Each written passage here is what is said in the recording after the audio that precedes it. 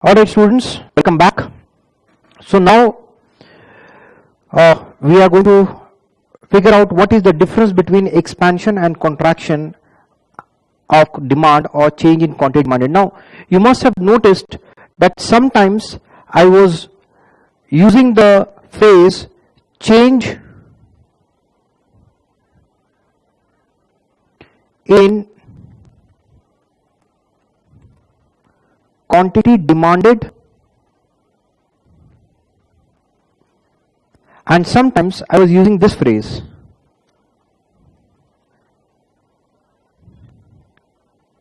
change in demand. Some of you may have noticed, some of you may not have noticed. Now what is the difference between these two phrases? If you go by the English language, there is no difference at all.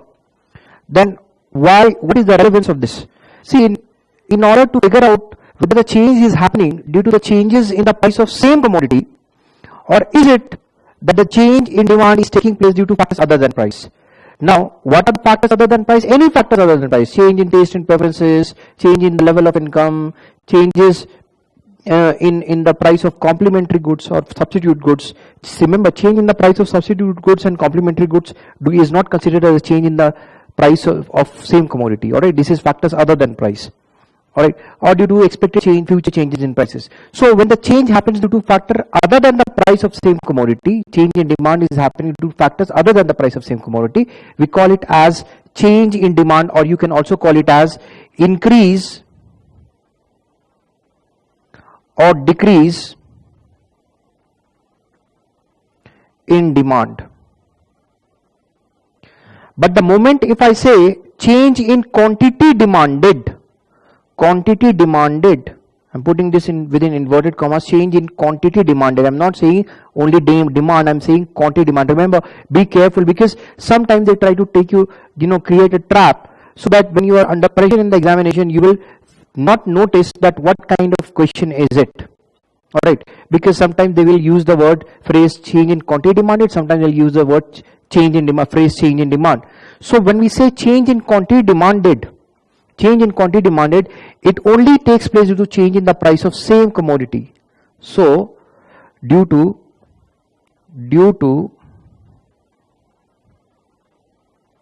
change in the price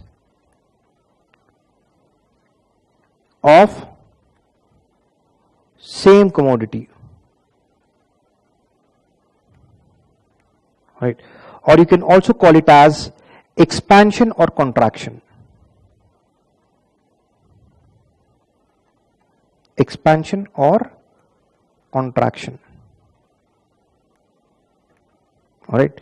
So when the change in demand or is happening due to change in the price of same commodity, we call it expansion and contraction, and we term it as increase or decrease in quantity demanded. But when we say that there is only increase or decrease in demand or change in demand, do not use the phrase quantity demanded, only demand word we use, then you can easily figure out that this is due to factors other than price. So for example, you come to me and say, sir, there is an expansion of this pen, or you can say, sir, there is an increase in the quantity demanded of this pen. So I can easily assume that the price must have fallen down. Or if you say, sir, there is a contraction, or you can say there is a decrease in quantity demanded of this pen, it means I can easily conclude according to law of demand that the price must have increased. But if you come and say, sir, there is a decrease in the price of this pen, then I will say you have not used the word quantity demanded. It means the decrease in the price of pen, decrease in the demand for pen is happening due to, could be many factors. Maybe the income of the people must have increased, maybe the price of ink must have decreased, could be any factors, but not the price of the same commodity. So when I say expansion or contraction in demand, or expansion and contraction, expansion, contraction takes place due to changes in the price of same good. Alright, and we call it as increase or decrease in quantity demanded. So if I have to draw a diagram showing expansion and contraction, it would look like this.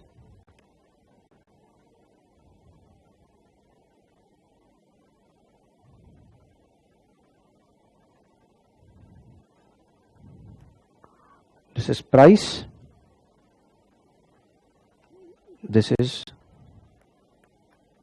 quantity, and if suppose this is the demand curve and this P0 is the original price,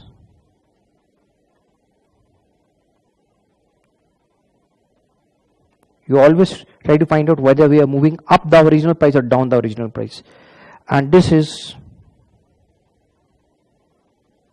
Q0. I'll mark this point A here. Now if suppose there is an increase in price of this pen from P0 to P1, increase in price. So now when I plot this, this is your point B, and I drop this line, this shows Q0. Alright, so decrease in quantity demanded. So when you move up the slope of the demand curve, this shows contraction. Sorry. Alright, it shows contraction. So I can easily write it here as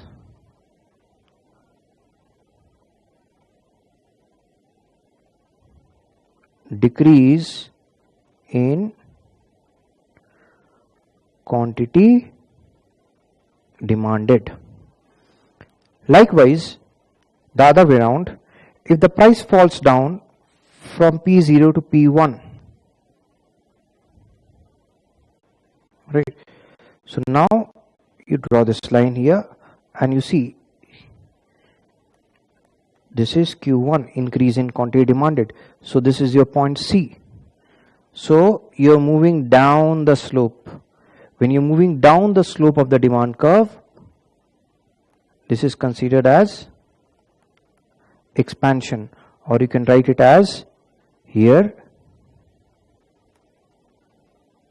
increase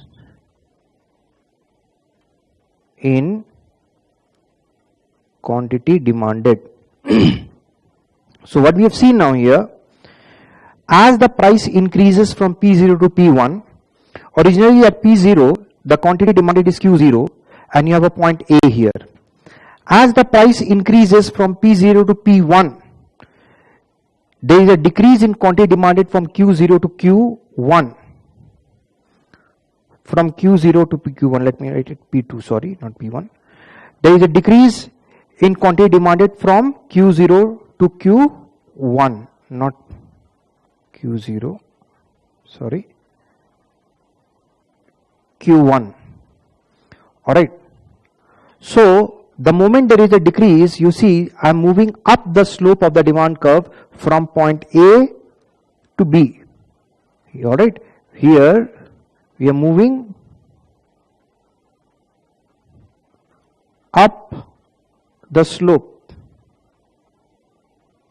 from A to, we are moving towards B. Whereas when the price decreases from P0 to P2, there is a decrease in quantity demanded from Q0 to Q2, and we move down the slope from A to C. So here we are moving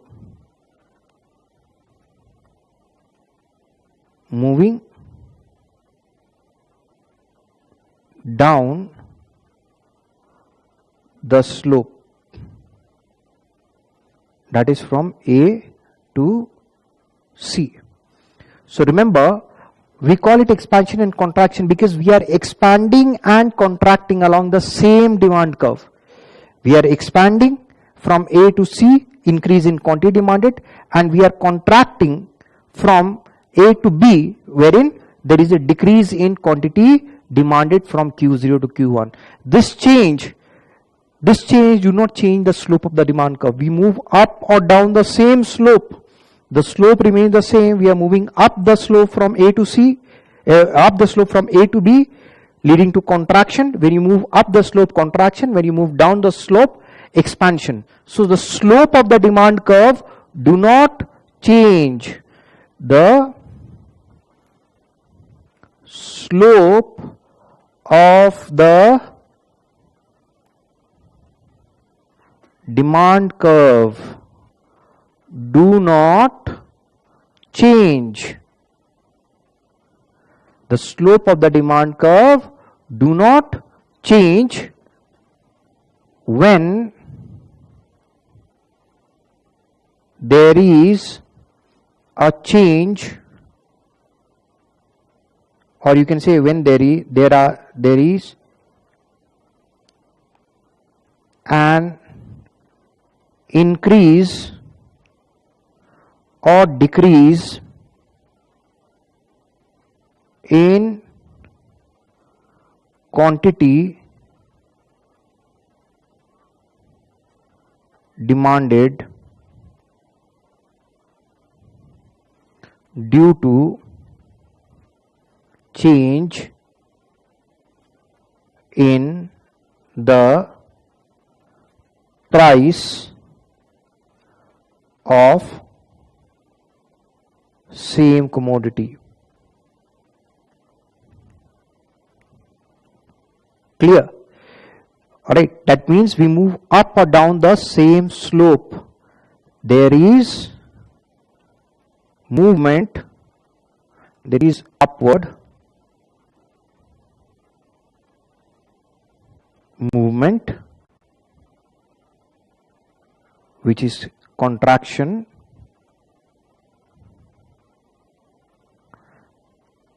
and downward movement,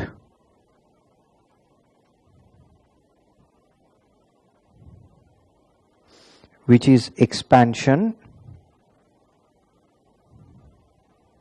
So there is upward and downward movement along the same slope. Remember this fact. So they can ask you, when there is a movement, upward or downward movement along the same slope, then what is the outcome?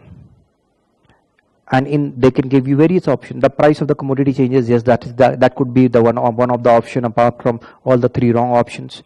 Or they can say there is an increase or decrease in quantity demanded, yes. It means they can also say there is change in the price of same commodity, again, yes. Alright, they can say upward movement leads to contraction, again, correct. Downward movement leads to expansion, again, correct. Alright, clear, no problem at all. So you can pause the video and draw the diagram. But don't you think that demand can also change due to factors other than price? As we have seen, complementary goods, price change in the price of complementary goods, income, substitute goods, taste and preferences, so many factors are there. So we can say that demand may also change due to factors other than price.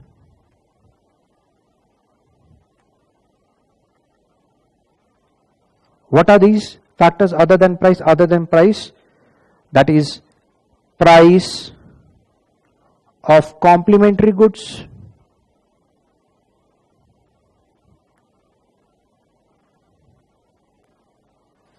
there could be also be a change in the price of substitute goods,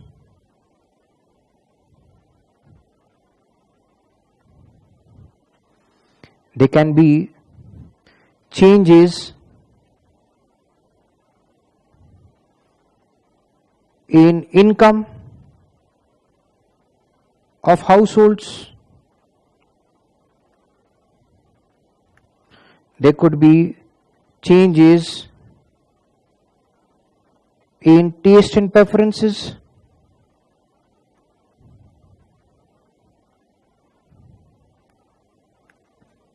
right, or it could be any other factor. So in this case, there are no movement along the same slope of the demand curve, rather there is a shifting of the demand curve. So in this case, what happens? There is a shifting in the slope of the demand curve. So in this case, we call it as increase or decrease in demand. Remember, I am not using the phrase quantity demanded because it is only used when there is a change in the price of same commodity. So how do you think the diagram would look like? Alright, so let's draw the diagram here.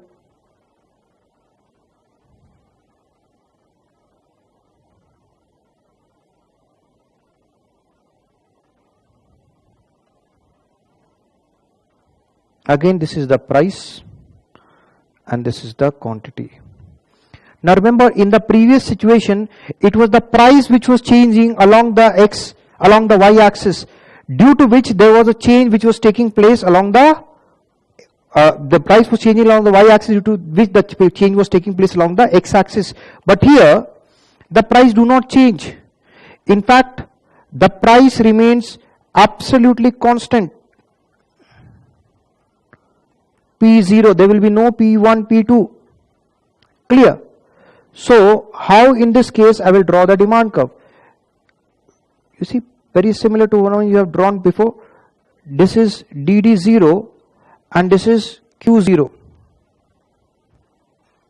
Clear? So, if there is a increase in demand, then what will happen? There will be a rightward shift in the slope of the demand curve, DD1. We call it as increase in demand, and this will lead to right shift of the demand curve. Alright, and when I draw this here, this is your Q1. Now see, if you compare it with the previous diagram, you see in the previous diagram, you look here,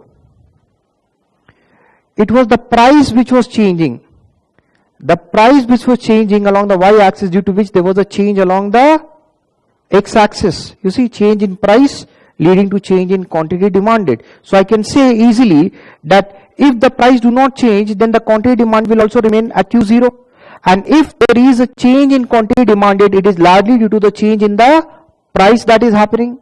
But in the next diagram, you see, there is no change in price. The price is not changing. Despite that, there is an increase in demand. It means I can easily say that this could be due to factors other than price. Now let's say this is the demand curve for tea. And if the price of sugar decreases, don't you think the demand for tea will increase from Q0 to Q1? This is the demand curve for cars. How many cars are demanded in the market? If the price of petrol decreases, don't you think there will be an increase in the demand for cars? So there will be a rightward shift in the demand for car. If suppose this is the demand curve for normal goods and the price remains same, a pizza was sold at 200 rupees, still sold at 200 rupees, but my income increases, so I will, rather than buying one pizza, I'll buy 2 or 3 pizza. So again, rightward shift. So I'm buying more pizza not due to change in the price or fall in the price of pizza, but I'm buying pizza because my income has increased. So price is not playing the factor here because price is constant. So rightward shift is happening. Alright. So it could be innumerable factors. Clear?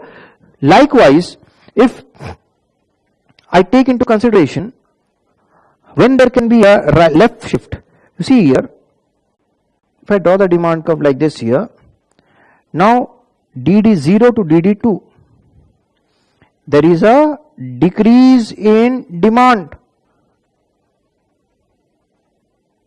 Decrease in demand, or we can say left,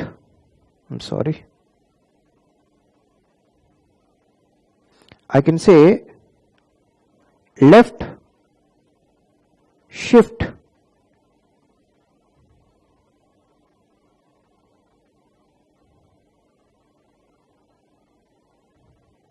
left shift in the demand curve.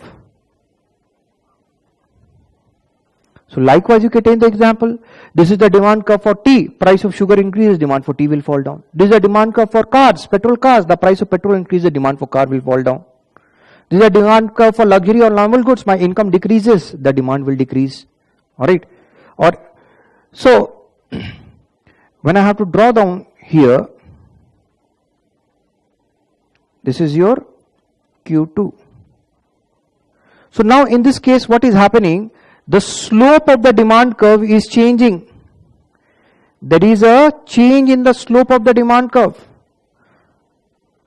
Slope of the demand curve changes or it shifts. Alright. So whenever there is a change in the slope of the demand curve, it is due to factors other than price. So a rightward shift. So change in the slope of the demand curve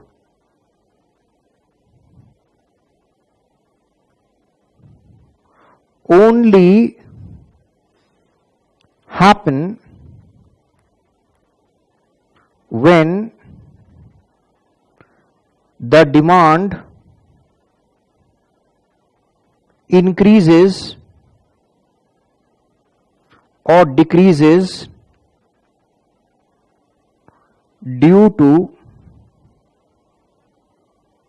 other factors.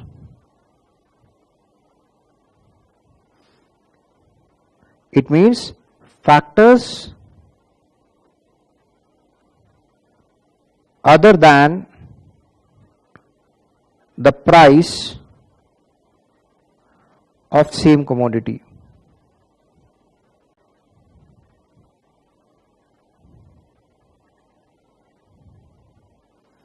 A right shift will lead to increase in the demand and the left shift will lead to decrease in the demand, and it is termed as increase or decrease in demand but not quantity demanded. I hope this is clear to you. Alright. Now next we will come to what is known as elasticity of demand. Now remember one thing. Elasticity is a very, very important concept. Elasticity is a very, very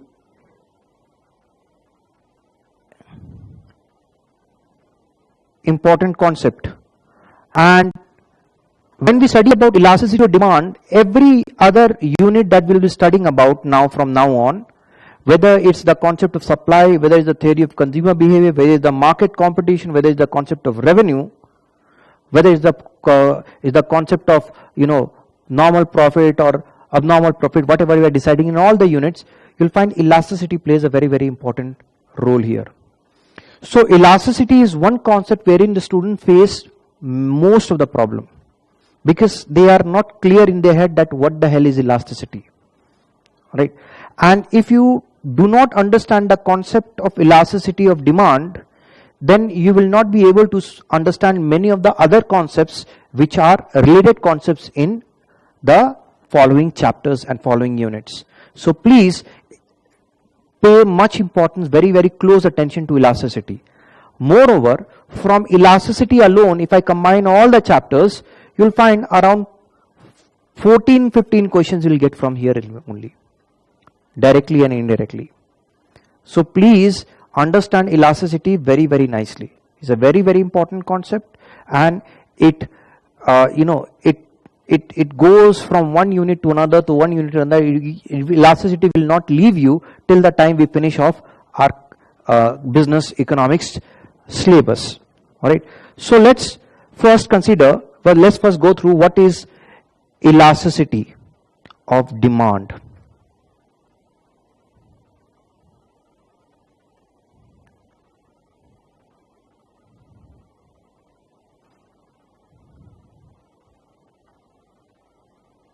Elasticity of demand. First of all, many a times a very common question asked from the science student is that what is the difference between an elastic and a plastic? What is the difference between an elastic and a plastic? What is the difference? You see, elastic is more responsive to the forces applied to it, whereas plastic is more rigid and less responsive. They both are responsive, but one is more and one is less. When I have to stretch a plastic, I cannot stretch it applying only physical force. I have to use the force of heat as well. So I have to put it over the flame, heat it, and then I can stretch it. And when the heat is removed, it doesn't matter what you do, when you leave it, it will not fall back into its original shape. It means both ways it is very rigidly responsive. Rigidly responsive. It is rigid. I will not respond no matter how much you try. And once you stretch me, I will not go back to my original shape. But if I take a rubber band, it is very, very responsive. Small amount of force you apply, you can easily stretch it. Very, very responsive. And the moment you leave either of the side, it will originally fall back to its original position. Now, the same concept you can apply to demand. Every human is different. Every commodity has different utility. So the elasticity will not be the same, meaning the response of the consumers will not be the same. Some of the consumers will be as rigid as the plastic it was. Some of the consumers will be very, very responsive, just like a rubber band. It means those consumers who are rigid, they will bring about a change in their consumption by a very small margin relative to the change in price. The price may change by 20 or 30%, but they will change their consumption by 1 or 2%. They are very rigid. So their response, that is the change, is 1 or 2%, despite the pressure applied, the pressure of price is applied is 20-30%, but these are very rigid. Both ways. When the price also falls down, they will be very rigid not to buy more. On the other hand, there will be some consumers who will be very, very responsive. So even if the price changes by 5%, their consumption may increase or decrease by 20%, 10%, more than 5% basically. So they are very highly responsive. So that's why I've given you the example of plastic and elastic. Remember that every individual is different and their response will be different from others. Some people will be very responsive, just like a rubber band. Some people will be very, very rigid and less responsive, like a plastic. And somebody will not be responsive at all, no matter how hard you apply the force. They will not stretch. Alright, they are perfectly rigid. So there are 5 situations of elasticity that you have to keep in mind. But before we go into that, elasticity could be due to various reasons, but the 3 most prominent forms of elasticity. So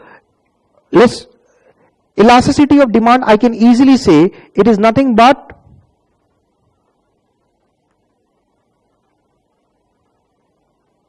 responsiveness of consumers. Meaning, if the consumers are more responsive,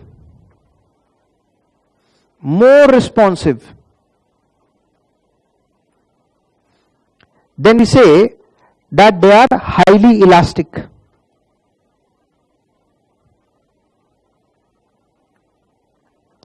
And if the consumers are less responsive,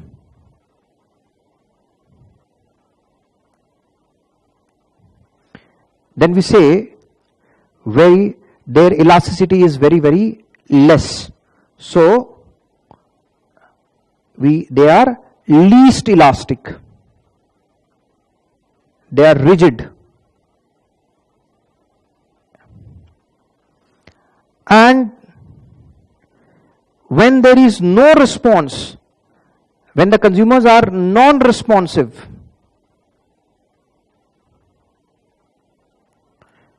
we say that they are perfectly inelastic. It means they are absolutely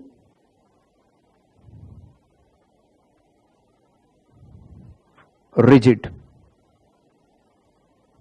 Clear? Actually, there are 5 situations. We'll cover those 5 situations today only. Now, consumption or response of the consumer may change due to various factors, but the three most prominent factors are price. So whenever there is increase or decrease in quantity demanded, increase or decrease in quantity demanded due to changes in the price of same commodity,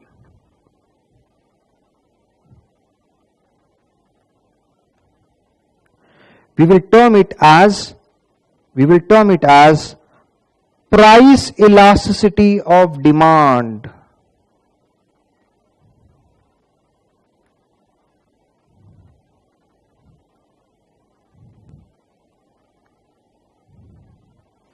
We term it as price elasticity of demand. Why do we call it price? See, whatever be the reason for your response, the elasticity will be attached to that particular word. So if I am buying more number of units or I am buying less number of units due to change in the price of the same commodity, it means I can say my response is due to change in price. Had there been no change in price, my response would not come. So if I was buying 100 units at 10 rupees and the price do not change, it remains 10 rupees, I will continue to buy 100 units. So there is no response, no reason to change because the price is not changing. But the moment price increases from 10 rupees to 20 rupees, I will decrease my consumption. So I am responding due to the change in price. Or if the price decreases, then I will buy more. Price increases, buy less, price decreases, I will buy more. So my response of buying more number of units or buying less number of units is due to the main factor, that is the change in the price. So that's why I will call it as price elasticity of demand. Clear? But don't you think the income is denoted by Y in economics? When there is a change in income, then also there will be a change in the demand. Now I am not using the phrase quantity demanded, I am using the phrase demand, because quantity demanded you will only use when there is change in the price of the same commodity. So whenever my income will increase, now here you will have to consider price constant. So price was 10 rupees, I was buying 20 units, price is still 10 rupees, but I am buying 30 units. Why? Because my income has increased. Or price is still the same, I am buying less number of units, I am buying only 5 units because my income has decreased. So when there is an increase or decrease in demand due to change or changes in income of households, then we term this change as income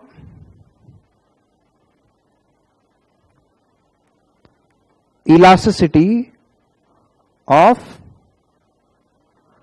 demand.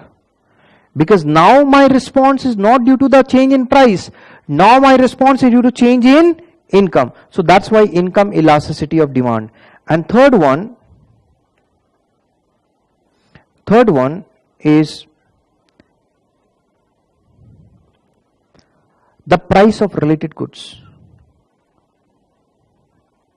Price of related goods, that is substitute and complements. So when likewise if there is an increase or decrease in demand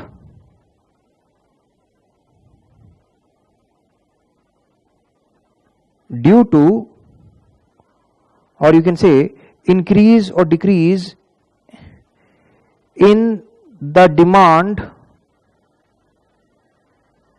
for good X,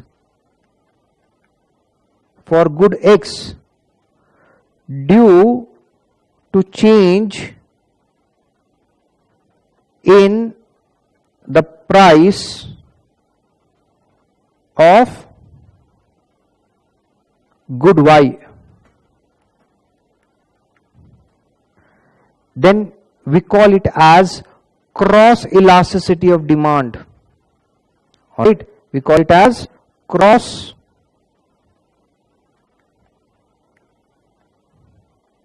elasticity of demand. Clear? These are the three elasticities that we have to, but there are 7-8 more situations that we'll tackle later on. Now, the elasticity can be measured using various methods. What are these methods? So, methods of measuring elasticity of demand.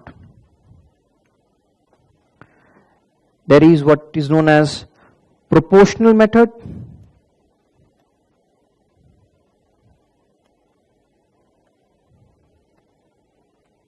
which is also known as ratio method, or you can also call it as percentage method. Then there is total outlay method, which is also known as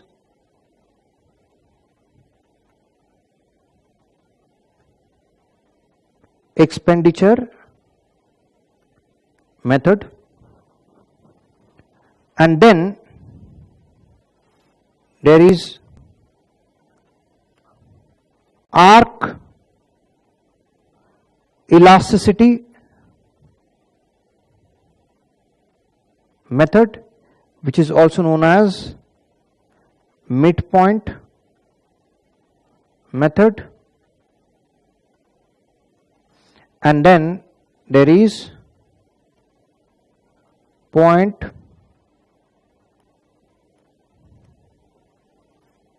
elasticity method. These are the 4 methods. From here where you will get a hell lot of questions and a lot of diagrams as well, diagram based questions. Now remember, in your economics, business economics paper, if they give you the diagram and then ask a question on the diagram, it becomes very easy, relatively easy to answer.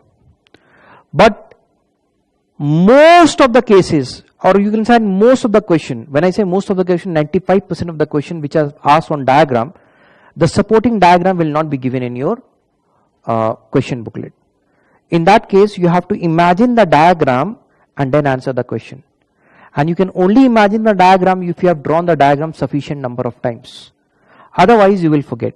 So, without revision, revision is the most important thing for any examination. You can go on studying, go on watching video, go on attending classes. Nothing is going to help you unless you revise. Because what will happen, after when I'm taking you this class today, if you see this video and again after 1 month you try to solve some questions, you would have forgotten everything. But once you have seen this video and solved questions on and off every 2-3 days, you are solving 10, 15, 20 questions. So many questions are available on the internet. You are solving all these questions. So you are revising all the time. And when you're solving the questions, many of the questions are based on diagrams. So you're on the rough paper, in the rough paper you're drawing the diagram. When you continue to draw the diagram, after some time what will happen? The diagram will be embedded in your mind. Now when you read the question, you can imagine, okay, the diagram is like this is okay, this is happening, and then you can mark. You don't have to even draw, but that will come with practice. Alright? So let's first take into consideration proportional method.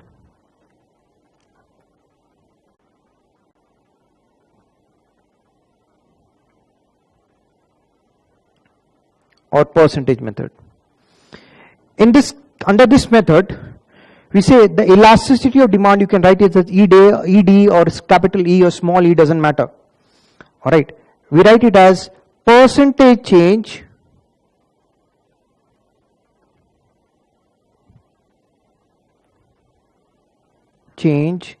in quantity demanded divided by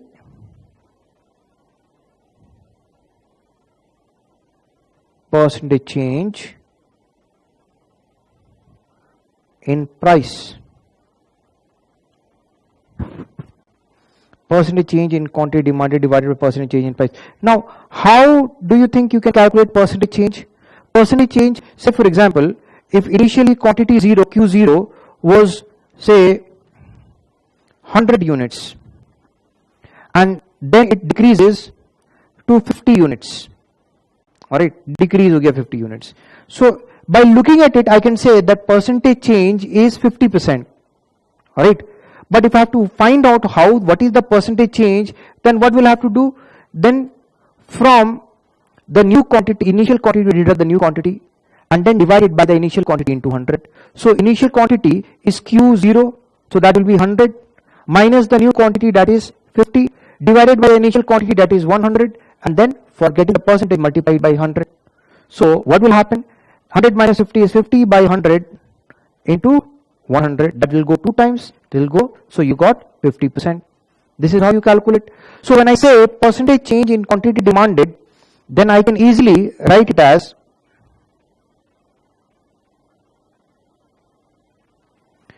percentage change in quantity demanded. You can write it as Q0 minus Q1, or you can take Q minus Q0, or you can take Q1 minus Q2, doesn't matter. Q0 minus Q1, but if you're doing Q0 minus Q1, then you have to take P0 and P1. If you're taking Q1 and Q2, then you have to take P1 and P2, right? You cannot take Q0, Q1 and P1, P2, or P3, P4. Q0 minus Q1, it means initial quantity minus new quantity divided by Q0 into 100 you have here. So that will give you percentage change in quantity demanded, and that is divided by percentage change in price. So divided by percentage change in price, the same way P0 minus P1, initial price minus new price divided by initial price into 100. Now if I have to simplify it, I can easily cancel out this 100 and 100, and then when I change the division sign into multiplication, it will become Q0 minus Q1 divided by Q0 into P0 divided by P0 minus P1. So this is your final formula under proportional method. But this formula can also be written in other way. It doesn't matter. You will not get a different answer when you solve numerical. Whether you apply this formula or other perspective of this formula is the same thing. It's the same formula written in a different manner. Alright, clear. So how do we write it as? Remember, delta denotes change in mathematics. Alright. So if we have to find out elasticity of demand, we write it as delta Q. So Q0 minus Q1 will become delta Q. Alright. Divided by initial quantity, you can take it Q0 or Q, you can take it. Alright. Into P0, you can take it as P, doesn't matter. And P0 minus P1, that is delta P. So I can write it as delta Q by delta P into P by Q. Whether you write in this manner or in this manner, doesn't matter, it means one and the same thing. Now what you can do, you write the formula and solve certain questions given in your ICI module or in your Yashas material. So what are these questions? Let's take a look. Chapter 2, you see question number, you have to solve question number 22, 23, and then question number 25. Question number 25. Now remember, in all these questions, they have asked you to apply arc method. You see, arc method. But we have not gone through arc method still. So you will not use arc method, you will just simply apply proportional method and solve the question. Since you are applying a different method, you may not get the question answer which is given in the option. Or even if you may get it, but still you will not mark it. Clear?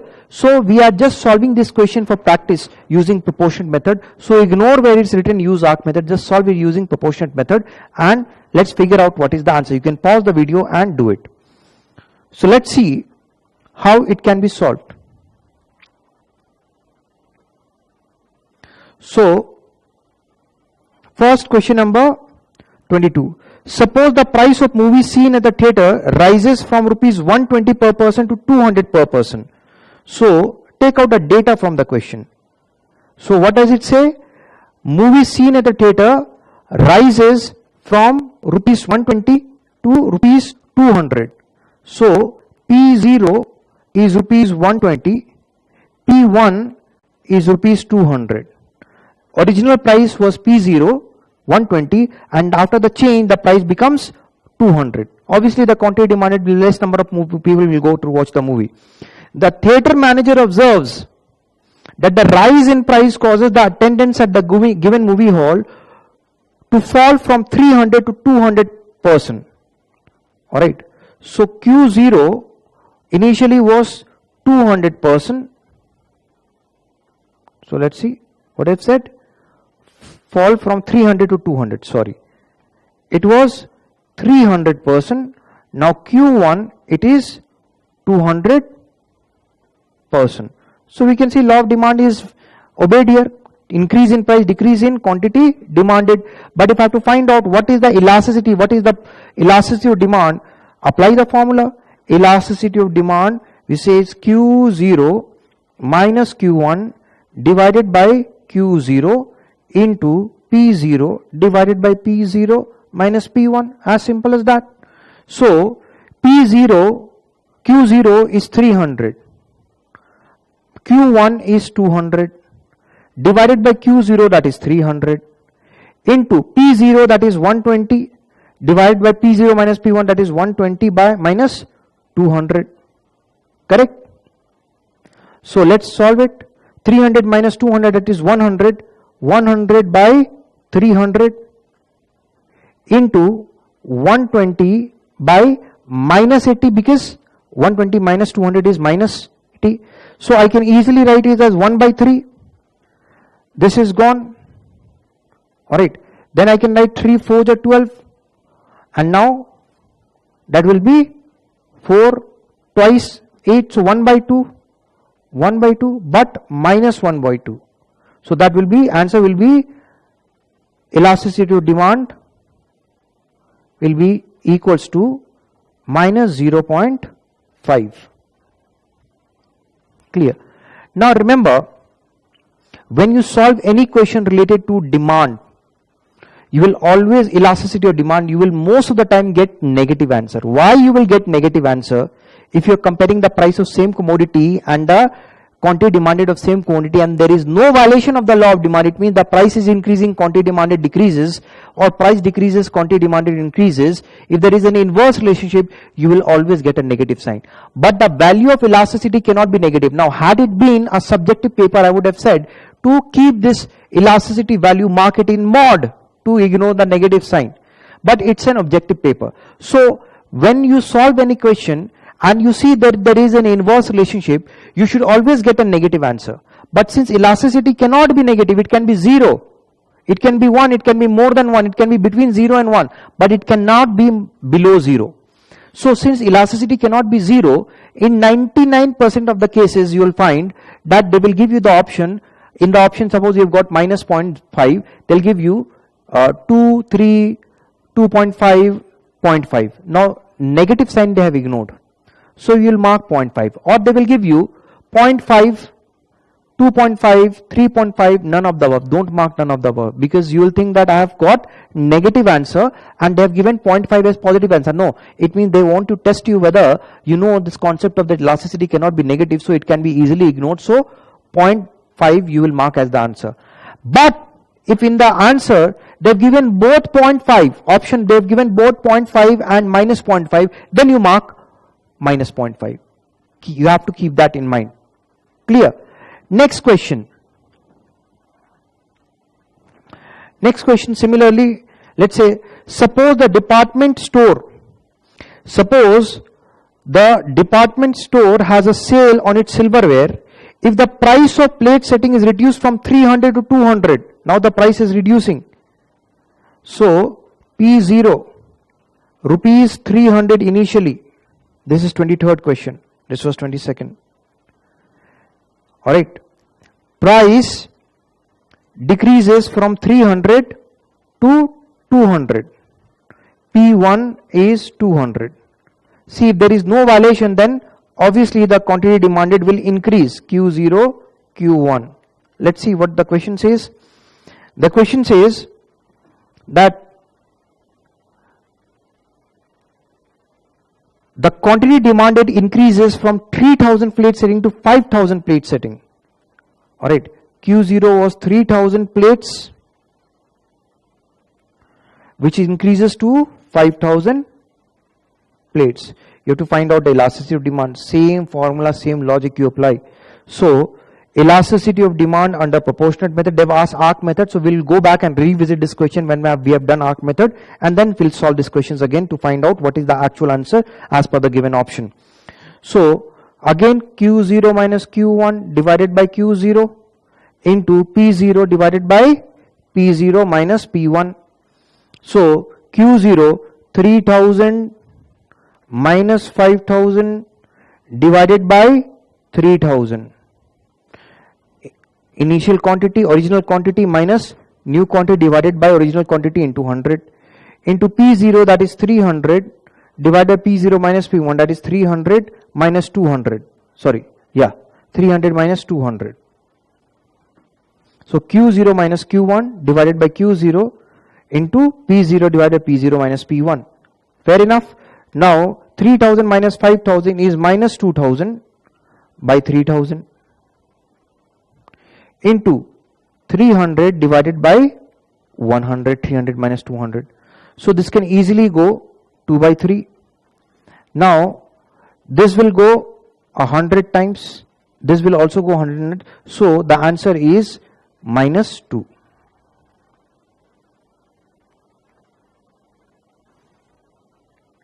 Clear? So that will go 3 times, 3 1000 times 2. Yes. So answer is minus 2. Again, in the option if they would have given plus 2 and minus 2, will mark minus 2. But in the option they've given only 2 and then none of the above, then still you will mark 2. Likewise, the third question, if you take into consideration, sorry, not the third, yes, 25th, number is 25th, but the third question.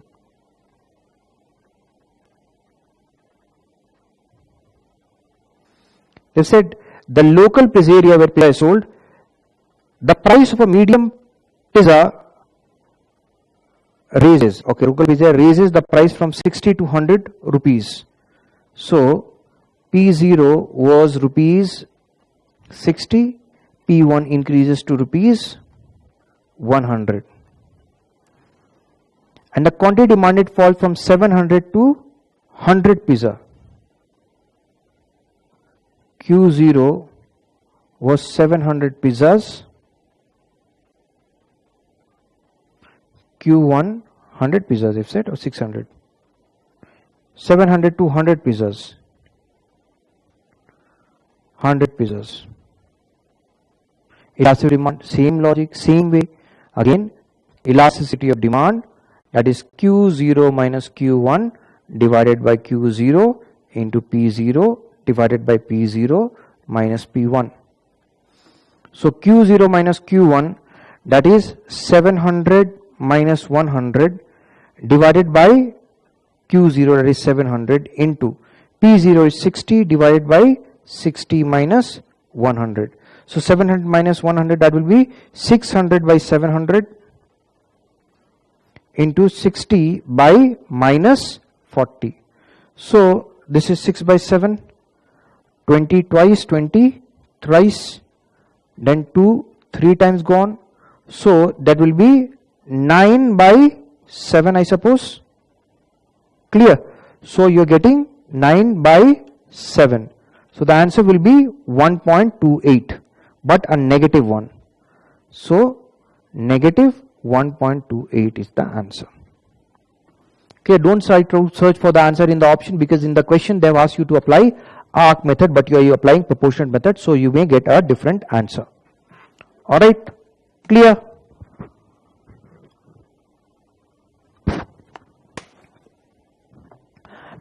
Now, before we go any further into to draw the diagrams, let's understand the basic concept about elasticity. See, elasticity, the degree can be divided or classified into 5 different types. Now, if you consider proportional method, which is considered to the very, very prominent method, which is fairly used method, it is used. So, what did I write before? That is, elasticity of demand will be considered as percentage change in quantity demanded divided by percentage change in price. Percentage change in price. So, let's say we have to compare the response of the consumer with regard to the change in the price. Let's say there are 5 situations that you have to come across, that you will come across. First is unitary elastic demand. We call it as, first one is unitary elastic demand. And in this case, you will find that there is elasticity value is equals to 1. It means we can also say that the percentage change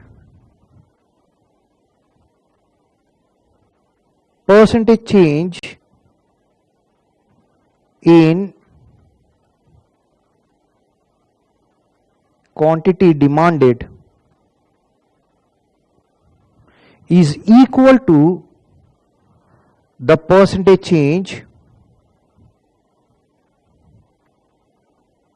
change in price. So we can easily conclude here that the consumer is equally responsive to the price change, that consumers are equally responsive to the price change. It means their reaction is exactly similar to the change in price. Meaning, if the price is increasing by 10%, they will decrease the quantity demanded by 10%. And if the price is decreasing by 10%, they will increase the quantity demanded by 10%. It means the percentage change in quantity demanded divided by percentage change in price. When the percentage change in quantity demanded is 10% due to fall in the price by 10% or rise in the price by 10%, then when you divide the same numerator with a same denominator, what you will get is the value as 1. So, let's see here. If suppose when I say E is equals to 1, then I can say, if suppose the price it increases by 10%, then quantity demanded will decrease by 10%. Or when the price decreases by 10%, the quantity demanded increases by 10%. So don't you think in both these cases the percentage change in quantity demanded is equal to the percentage change in price? That's why you're getting the value as E as equals to 1. So in both these cases I can say here it is the change in price and this is the response of consumers. Don't you think the change in price and response of the consumers are the same? Here is also Response is means how much you are increasing or decreasing the quantity demanded, and why you are doing it, because due to change in price. This is also the change in price.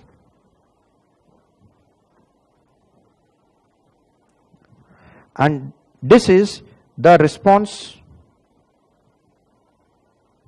of consumer, which is equal to the change in price. That's why you have a unitary elastic demand, that is E equals to 1. Now when it happens, now remember, we say that for normal goods, usually normal goods you have unitary elastic demand. Now to get exactly E equals to 1, it's very difficult. And why it is difficult, I'll explain you. We say that percentage change in quantity demanded should be equal to the percentage change in price. But let's say you are consuming milk. Let's say you are consuming milk. Say you are consuming 1 liter of milk, that is 1000 milliliter. 1 liter of milk every day. And when the price of the milk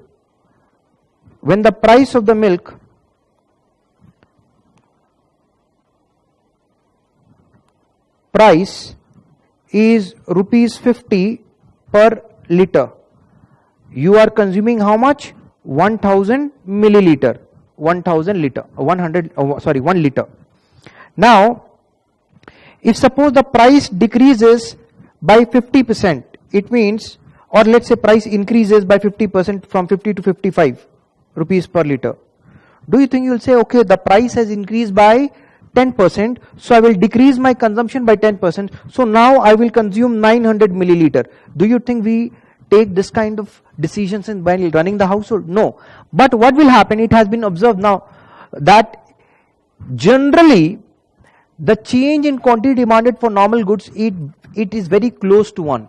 So if it's 0.98, 0.97, 0.99, 0.95, I can easily consider it as 1. Or even if it's 1.01, not 1.10 is big.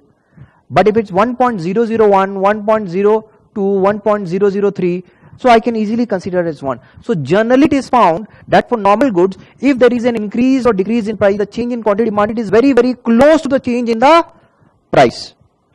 Generally it is found. In some cases it can be elastic as well when there are large number of substitutes available, but generally it is found that is E equals to 1. Now perfect 1 is very difficult to get. Perfect 1, so very close to 1 also I will consider it as a unitary elastic demand. So we can also ask you in which kinds of commodity you will get an elasticity which is E equals to 1 or unitary elastic demand. So the answer should be a normal commodity. Alright, understood? Clear? Now more than unitary elastic demand, when we say second one is more than unitary elastic demand, or you can also call it as elastic demand. So you can call it as elastic or more than unitary elastic, or relatively more elastic. You can also call it as relatively more elastic.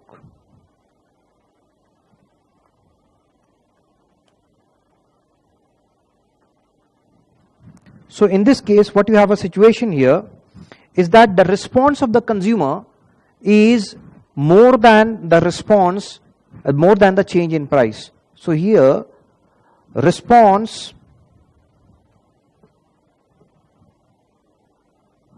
of consumers will be more than, or you can say relatively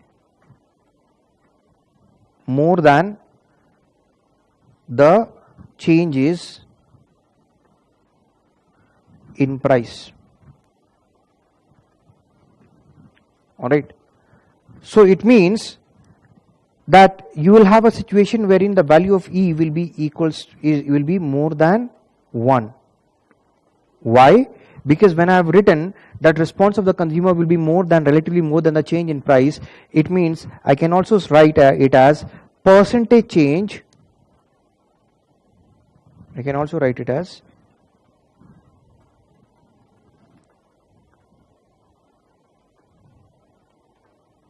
percentage change in quantity demanded is relatively more than the percentage change in price. All right. So let's take an example here. If, say, for example, when you have E more than one situation, if the price increases by 10%, the quantity demanded will decrease by 15%. It should be more than 10%. It could be 11%, 10.5% as well, but should not be 10% or less. Or another situation, when the price decreases by 10%, then quantity demanded will increase by 15%. So what is happening here? This is the price change. And this is the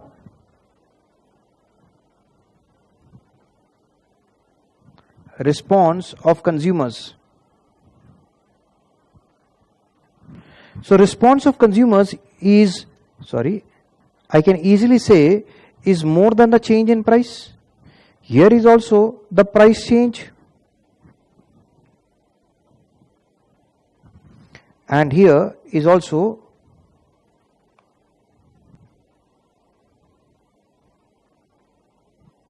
response of consumers.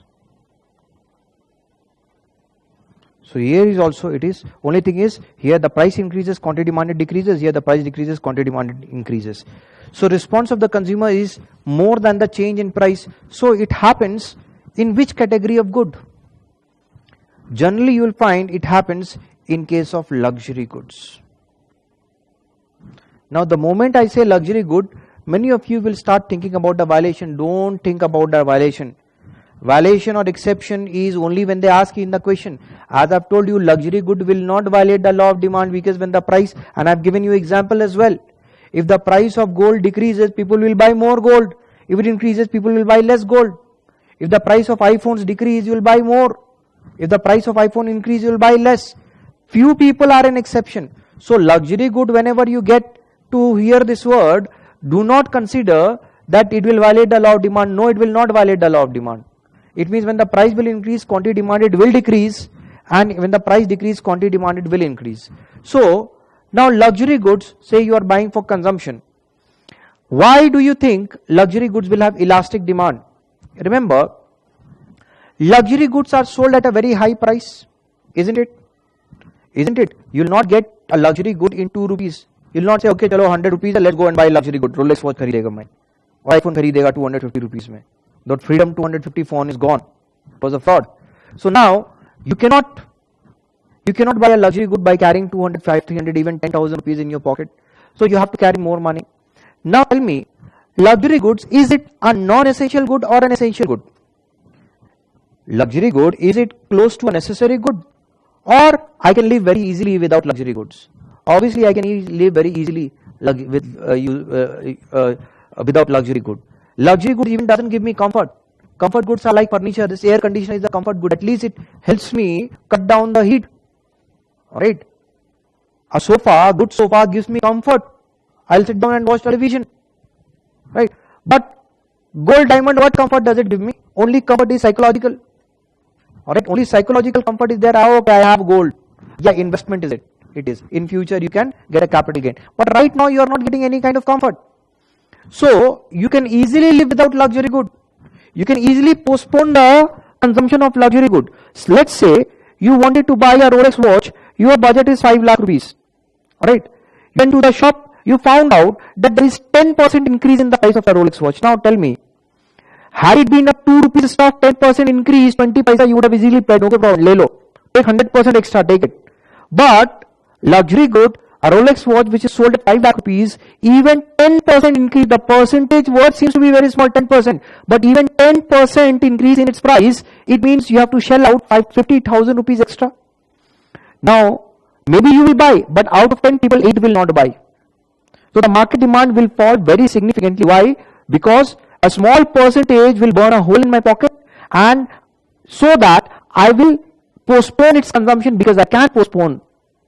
Why? Because it's not a necessary good. So I went to the shop, you wanted to buy an iPhone, your budget was 1 lakh rupees, the price increases by 20%. Now 20%, it means 20,000 rupees extra. You say, no Baba, I'll not buy, I'm not going to buy without an iPhone, I'll buy later on when the price. Many people do this, no? They wait after the launch and then when the price falls down, they will buy then. So luxury goods, when small percentage increase will mean a very big burden on the consumer. So they will decrease the consumption significantly because they can live easily without the consumption of luxury goods. So market demand will fall very sharply. Reverse the situation. You are planning to buy a Rolex watch in 6 months time. Your budget is 5 lakh rupees. Suddenly you found out that 10% discount is going on. It means 10% discount. Anyways you wanted to buy, but 10% discount on a 5 lakh rupees watch, it means today only you will save 50,000 rupees. Don't you think many people will prefer to buy it right now? Alright, if suppose Apple comes out and says 20% discount right now, if you purchase today, don't you think sale will suddenly pick up? Why? Because a small percentage fall in price will mean humongous absolute saving. So anyways you wanted to buy it in future, why wait for future and spend more money rather than buy it now? So people will buy more and more. So a small percentage fall in price will lead to big change or big increase in quantity demanded. So in this case, the response of the consumer will be very high on whether the price increases or decreases. Clear? So that is your luxury goods. Next comes third situation. We call it as a relatively inelastic demand, or you can also call it less than unitary elastic demand, or you can also call it as inelastic demand. So in this case what happens here, the response of the consumers will be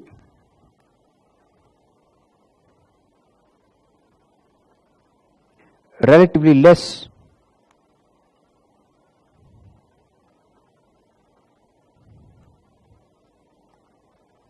compared to the change in price, or you can in other words say consumers are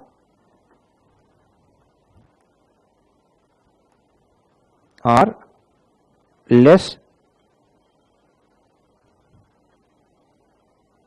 responsive. Consumers are less responsive. Now when the consumers are less responsive, you will get the value as E less than 1. It means I can also say here that percentage change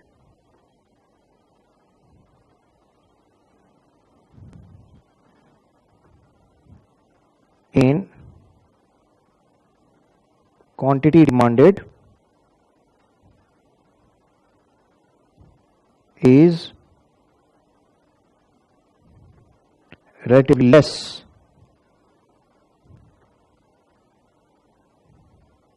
compared to percentage change in price. Clear? So if I take this example here, let's say when E is less than 1, let's say price increases by 10%. In this case, the quantity demanded will decrease by less than 10%, 5%, 4%. I'm taking a easy figure to divide. Clear? Or you can say that when the price decreases by 10%, then quantity demanded will increase by 5%. So I can say here, this is the price change,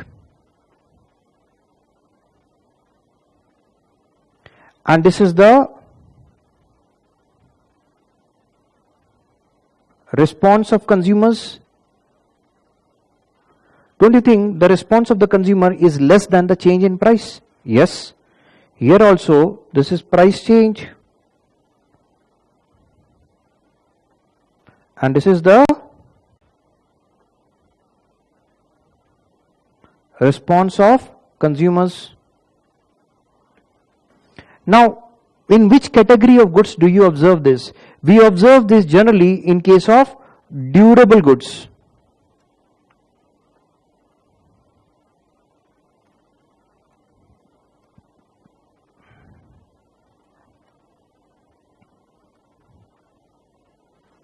Durable goods, or you can also call it as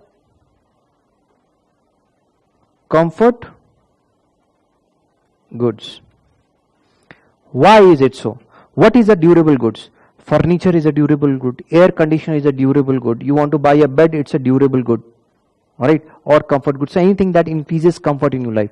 Now tell me, durable goods or comfort goods, are these purchased every day? Or every week or every month, like you grocery? Or like a perfume or like a pen or a pencil? No. They are purchased once in a while. Because they have longevity. If I buy one bed here for my house, that bed will be good for even 20 years maybe. If I buy one air conditioner right now, even next year or maybe 2-3 years from now, I'll not buy another one for 10 years unless this goes to waste. If I buy a television one, do you think next month another model will come, I'll take another one? No. So what happens? The demand for these commodities increases very, very slowly. People are very, very less responsive, because once I have purchased this commodity, you come and dance before me, I'll not buy another one, doesn't matter how much discount you are giving me. Do you think if suppose I went to a showroom to purchase a bed, now I spend 1 lakh rupees, I'll say okay, no problem, I purchased the bed and put it in my house. I had moved to a new apartment suppose. Now what happens? After 1 week, that salesman called me, sir, the bed you took, now a better version of that bed is available, and that too at a discount of 50%, 50,000 you buy this bed. I'll say, sir, where will I keep extra bed? Do you think I'll keep it on the terrace or put it over my car? So you come and dance before me, I'll not buy. I will only regret, oh, I should have waited, then I would have got a better bed at half the price, but I cannot do anything. Alright.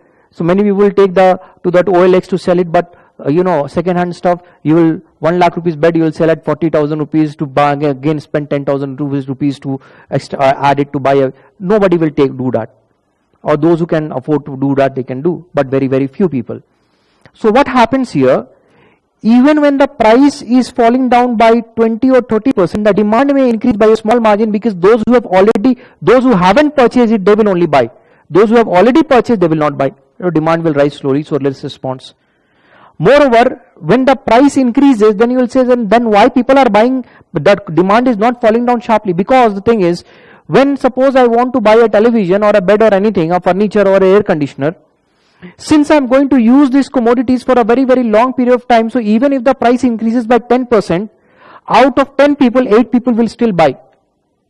Alright, so demand will fall down, but by a small margin. Because people, you must have heard now people saying that, okay, no problem, this cost you 10% more, but you are going to use this commodity for 20 years. You are going to buy a television, see this is 10,000 rupees costlier, the LG is costlier than Philips. So spend 10,000, 10% extra and take this TV, because you'll be using it for a very long period of time. So the price decreases, but the quantity demanded will increase or decrease by a very, very small margin, relatively small margin. So that's why comfort goods.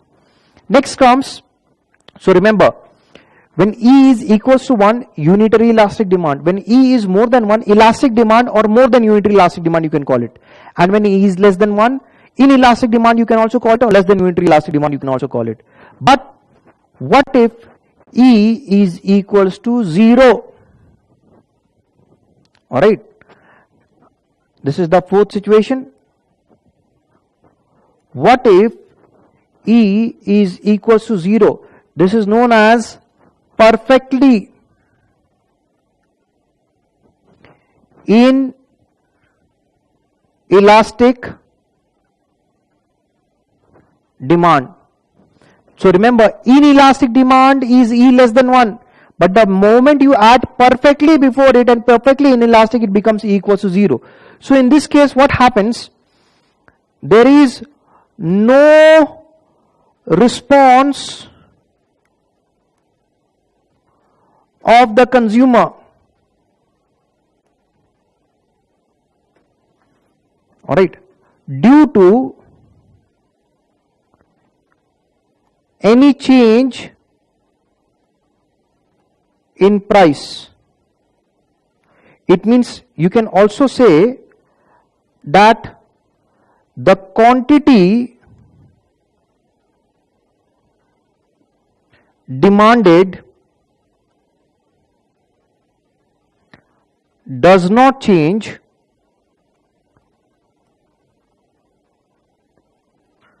due to any change in price, whether the price increases or decreases. Alright. So it means we can say consumers are completely non-responsive.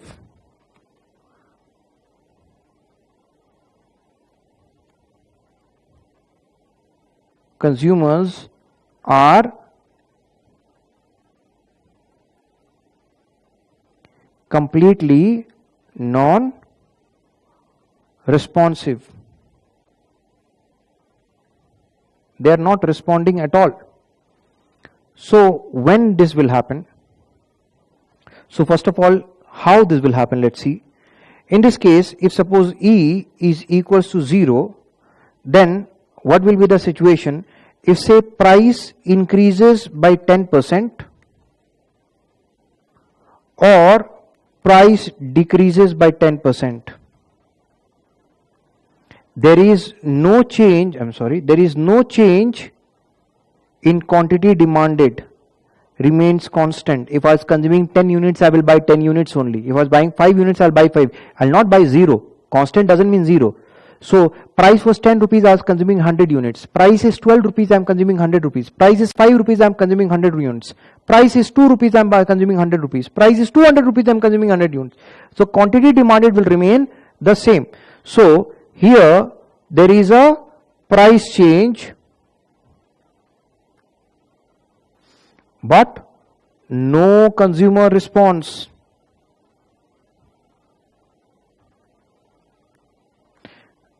Here also quantity demanded will remain constant. So same way, price change, but no consumer response. When do you think it will happen? And why do we call it as, consider it as 0? Simple. You hear, if suppose P0 was rupees 100, P1 new price, this is the original price, this is the original price.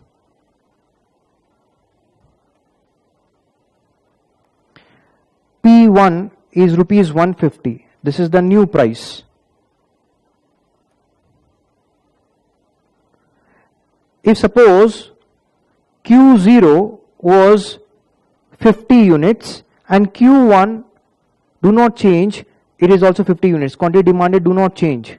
So if I have to find out elasticity of demand, that is Q0 minus Q1 divided by Q0 into P0 divided by P0 minus P1. So Q0 minus Q1, that is 50 minus 50 is 0 divided by 50. 0 divided by anything is 0. So I can write it here as 0. Alright, into P0, that is 100 divided by 100 minus 150. Doesn't matter what figure it is. If this, the moment is multiplied by 0, don't you think the value will become 0? So it means percentage change in quantity demanded is 0, and the percentage change in price, doesn't matter what it is, it will give you the outcome elasticity as 0. When it happens, it generally takes place in case of necessary goods.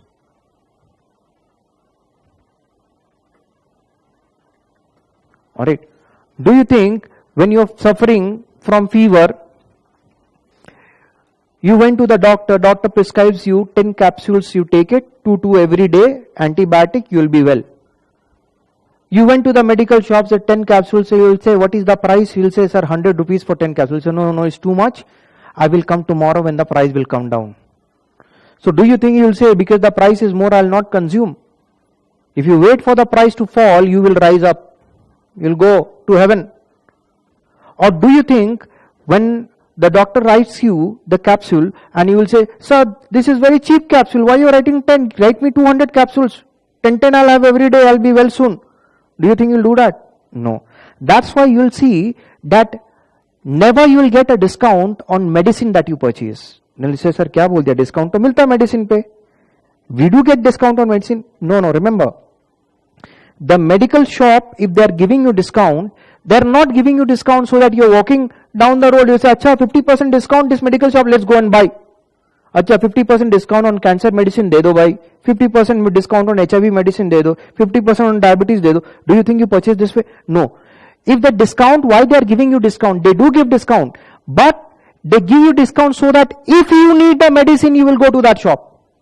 They don't give you discount expecting that those who don't need the medicine, they will also buy. It's not a Flipkart discount that you don't require another pen drive, but still you will buy. You may need it in future. You never buy medicine to use it in future. You buy medicine to use it in present. I may fall in future. Let's buy the tablet right now. Minimum amount we keep. That's for paracetamol, discipline, this and that. But will you keep more than that? So no. So they are giving you discount so that whenever you fall sick or any member in your family falls sick, you know that this shop gives discount, you will go to that shop to buy. That's why they give you discount. But you will not buy simply because discount is given. You have to need it, then you will buy. Clear? So that is E equals to 0. And last one is perfectly elastic demand.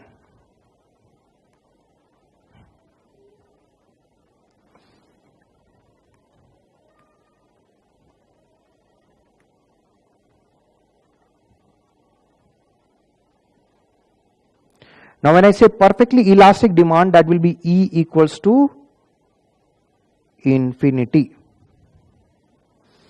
E equals to infinite. Now in case of, remember, elastic, perfectly inelastic is 0, perfectly elastic is infinite. Elastic is more than 1, inelastic is less than 1, and E equals to 1 is unitary elastic. So perfectly elastic demand. So in this case, what happens? The demand, so I am not mentioning quantity demanded now, the demand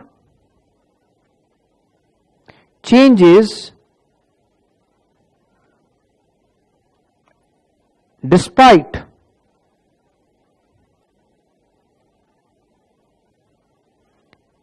there is no change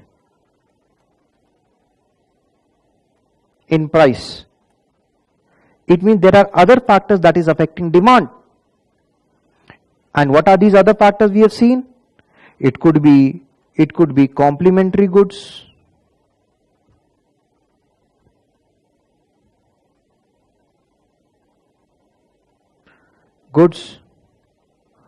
It could be substitute goods.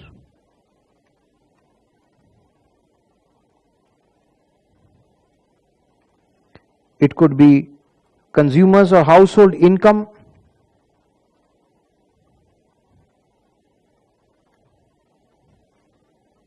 Alright. It could be taste and preferences.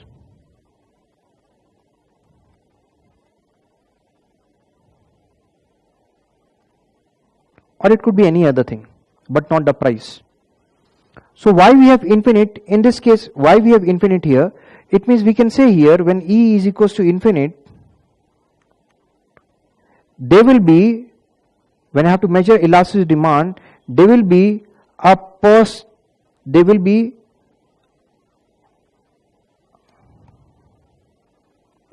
no change in price, but still there will be change in demand. And why do we call it as E equals to infinite? Let's say P0 is rupees 100, P1 is again rupees 100. So percentage change in P is what? Percentage change in price equals to 0, no? P0 minus P1 divided by P0. So 100 minus 100, that is 0, divided by 100, so answer will be 0. And if suppose Q0 was 1000 and Q1 is 1500, so I can say that percentage change in 50%, correct? Demand in change is 0, it's infinite. That's what we call it as. So I know it will be a difficult thing. If you understand concept charting, things will become more and more complex. We have not yet gone to the diagram mode. So now, easily when E is equals to 1, elastic demand. Or let's go through up, it's already written, so let me do it there, I don't have to write it again. You see? So, when, highlight it for you.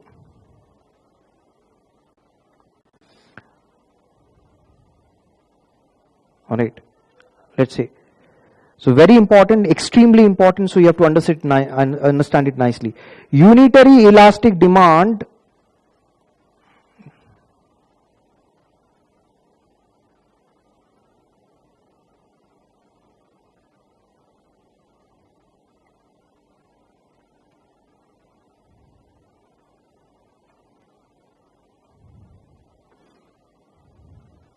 So unitary elastic demand, that is E equals to 1. In this case what happens? Percentage change in quantity demanded is equal to the percentage change in price. Let me decrease the size of this thing.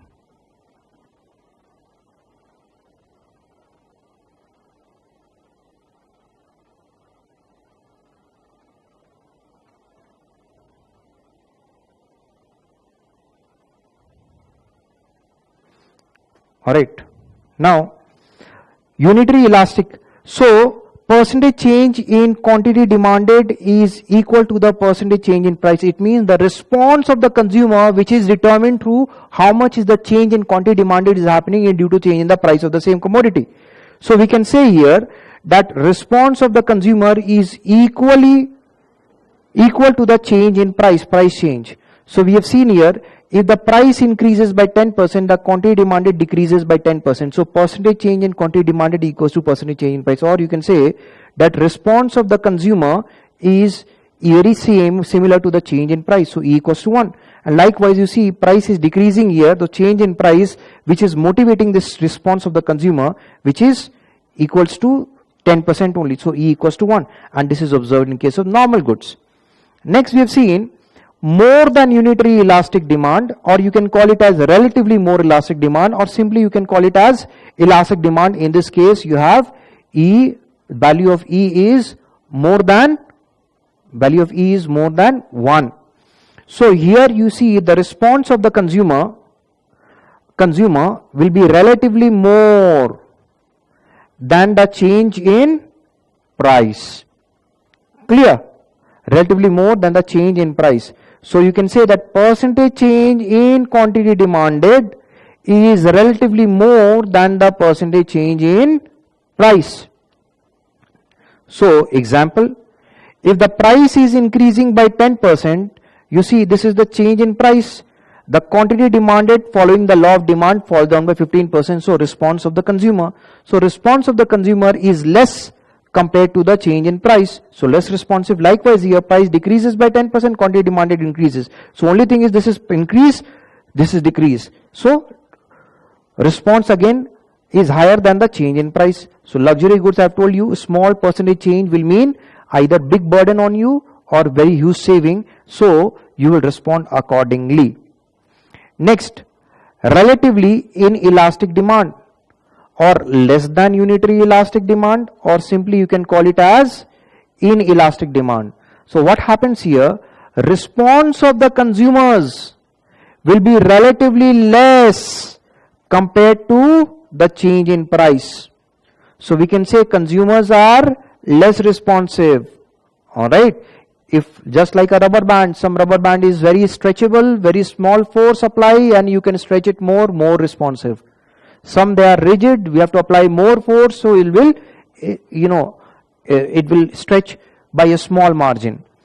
E less than 1, so percentage change in quantity demanded is relatively less compared to the percentage change in price. So E less than 1, if you see here, this is the increase in price, this is the decrease in quantity demanded. So increase in price, that is the price change is 10%, but the quantity demanded is falling down by 5%. It means the response is lower compared to the change in price. Likewise, if the price is falling down by 10%, this is the price change, quantity demanded is increasing by 5%. So again, response is lower than the price change. Durable goods I have told you because it can be used for a very long period of time, or comfort goods. E equals to 0, perfectly inelastic demand. Remember, perfectly elastic is infinite, perfectly inelastic is 0.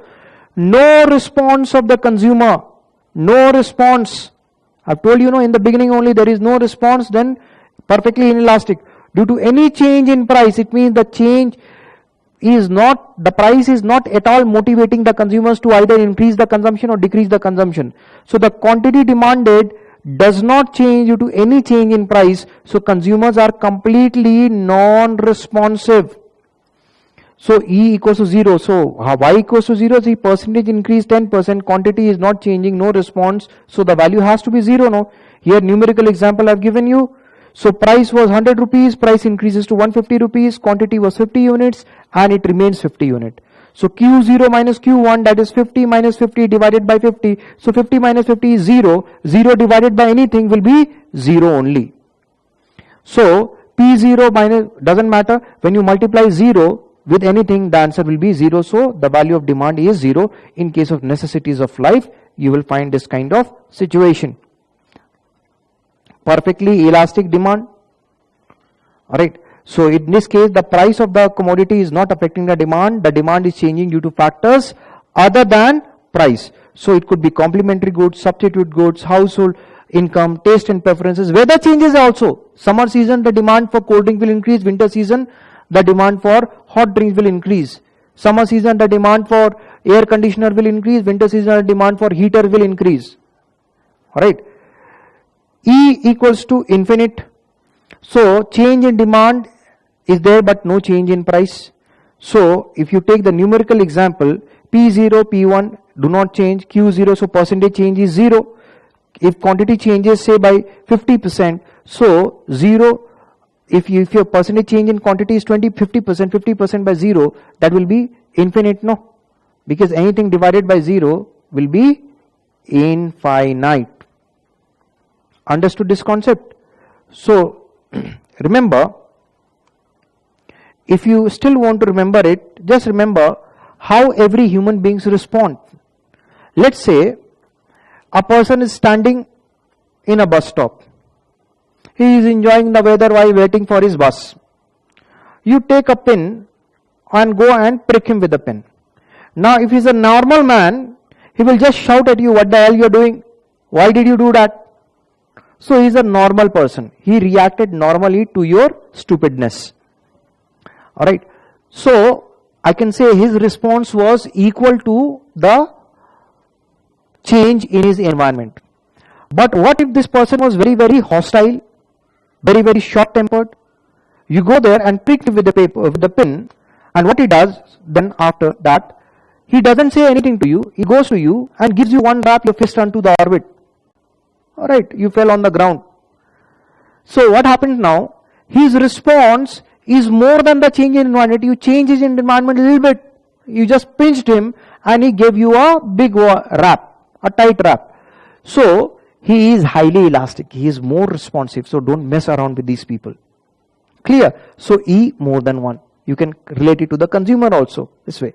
This way you can remember. If a person is inelastic, say he is less responsive. He is a cool guy like me. Alright. So you go there and pick him with a, pinch him. He will look at you and he will simply say, don't do it. Now his response could have been more, but his response is less. Alright. So inelastic. Then who will be E equals to 0? E equals to 0 will be a person lying in a coma. You go in the hospital and you stab him with the knife, nothing happens. You throw him out of the window, he'll die, fall, smiling in his sleep. Right? So he is not at all responsive to the change in his environment. And the last guy, E is infinite. He is the most dangerous of all because you don't know how he will react. He could react due to variety of factors. So you are preparing to go and disturb him, pinch him, but before you go there, he gives you a rap. Before you do anything, he did it to you. So is that, why did you do it? Let's say, no, it's nothing, it's not, you are not responsible, the price is not responsible, I am affected due to factors other than price. It is due to other things which is affecting me. Alright. So this way you can easily remember it. And remember, this concept of elasticity is so important that it will not leave your side. If you have not understood this, you will not understand any diagram. You will not understand the concept of revenue. You will not understand the concept of cost. You will not understand the concept of competition. So many things that goes into it. So that's why elasticity is very, very critical. It is very important. A lot of numericals will come from here. So many of the diagrams are there. I know it's too much for one day. So I will do the diagrams tomorrow. And you will be getting another segment of the video. By that time, you revise everything and take down all the notes, pausing the video wherever is possible. So pause the video and take the notes. Pause the video and take the notes. So prepare a note for yourself. Because this notes, I'm giving you a guarantee, you will get 90 questions out of 100 questions, including both business economics and business and commercial knowledge. Alright. So take care. We'll meet again very soon. Bye-bye.